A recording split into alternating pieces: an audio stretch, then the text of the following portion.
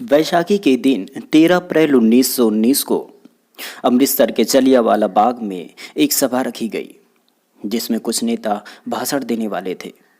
शहर में कर्फ्यू लगा था, फिर भी इसमें सैकड़ों लोग ऐसे भी थे जो बैसाखी के मौके पर परिवार के साथ मेला देखने और शहर घूमने आए थे और सभा की खबर सुनकर वहां जा पहुंचे। जब नेता बाग में पड़ी रोड़ियों के ढेर पर खड़े होकर भाषण दे रहे थे, तभी brigadier general Reginald Dyer 90 British सैनिकों को लेकर वहां पहुंच गया। उन सब के हाथों में भरी हुई राइफलें थी।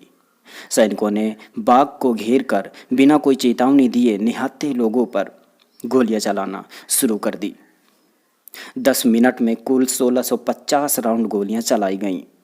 जलियांवाला बाग उस समय मकान के पीछे पड़ा एक खाली मैदान था। वहां तक जाने या बाहर निकलने के लिए केवल एक सकरा रास्ता था और चारों ओर मकान बने थे। भागने का कोई रास्ता नहीं था। कुछ लोग जान बचाने के लिए मैदान में मौजूद एकमात्र कुएं में कूद गए और देखते ही देखते वह कुआं लाशों से पट गया। Hi, this is me Ajay Kumar and welcome to Ajay world affairs. Today we will discuss about Jallianwala Bagh हत्याकांड। जलियांवाला बाग हत्याकांड भारत के पंजाब प्रांत के अमृतसर में स्वर्ण मंदिर के निकट जलियांवाला बाग में 13 अप्रैल 1919 को हुआ था।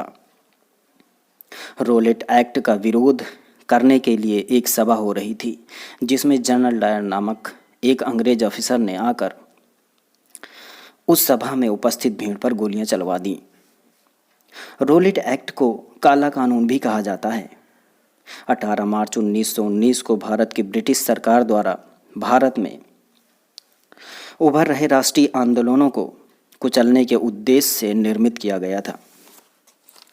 रोलेट एक्ट के अनुसार ब्रिटिश सरकार द्वारा किसी भी भारतीय पर बिना मुकदमा चलाए उसे जेल में डाला जा सकता था।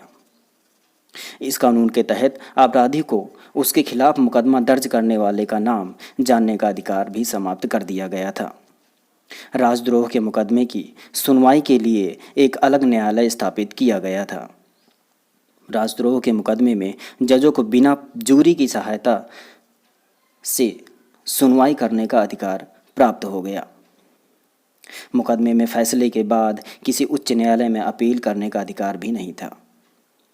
सरकार को यह अधिकार मिल गया कि वह बलपूर्वक प्रेस की स्वतंत्रता का अधिकार छीन ले और अपनी इच्छा अनुसार किसी व्यक्ति को कारावास दे दे या देश से निष्कासित कर दे।